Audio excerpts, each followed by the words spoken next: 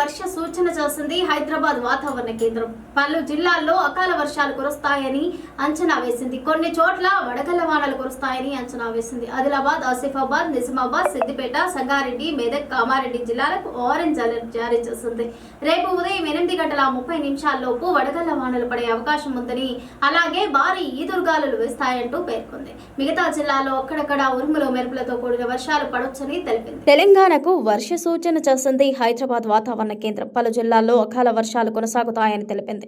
కొన్ని చోట్ల వడగళ్ల వానలు కురుస్తాయని అంచనా వేసింది. ఆదిలాబాద్, ఆసిఫాబాద్, నిజామాబాద్, సిద్దిపేట, రంగారెడ్డి, మెదక్, కామారెడ్డి జిల్లాలకు ఆరెంజ్ అలర్ట్ జారీ చేసింది. రేపు ఉదయం 8:30 వడగళ్ల వానలు పడే అవకాశం ఉందని, అలాగే భారీ ఈదురుగాలులు వేస్తాయని పేర్కొంది. మిగతా జిల్లాల్లో అక్కడక్కడ ఉరుములు మెరుపులతో కూడిన వర్షాలు పడొచ్చని తెలిపింది. రాబోయే 4 రోజుల పాటు రాష్ట్రంలో ఇదే పరిస్థితి కొనసాగుతుందని వాతావరణ కేంద్రం వెల్లడించింది. గంటకు 40 నుంచి 50 కిలోమీటర్ల వేగంతో ఈదురుగాలులు వేస్తాయని, కొన్ని చోట్ల వడగళ్ల వాన పడే అవకాశం ఉందని తెలిపింది. రాష్ట్రంలో ఒక్కసారిగా వాతావరణం మారిపోయింది. హాట్ సమ్మర్లో వానలు పడుతున్నాయి. అల్పపీడన ప్రభావంతో రాష్ట్రంలోని పలు జిల్లాల్లో అకాల వర్షాలు కురుస్తున్నాయి. మండు టెండలతో ఉక్కిరిబిక్కిరవుతున్న జనాలు అకాల వర్షాలతో కాస్త సేద తీరుతున్నారు. అయితే ఈ అకాల వర్షాలు రైతులకు అపార నష్టాన్ని కలిగిస్తున్నాయి. కోతకు సిద్ధంగా ఉన్న పంట వాన నీటిలో తడిసిపోతోంది.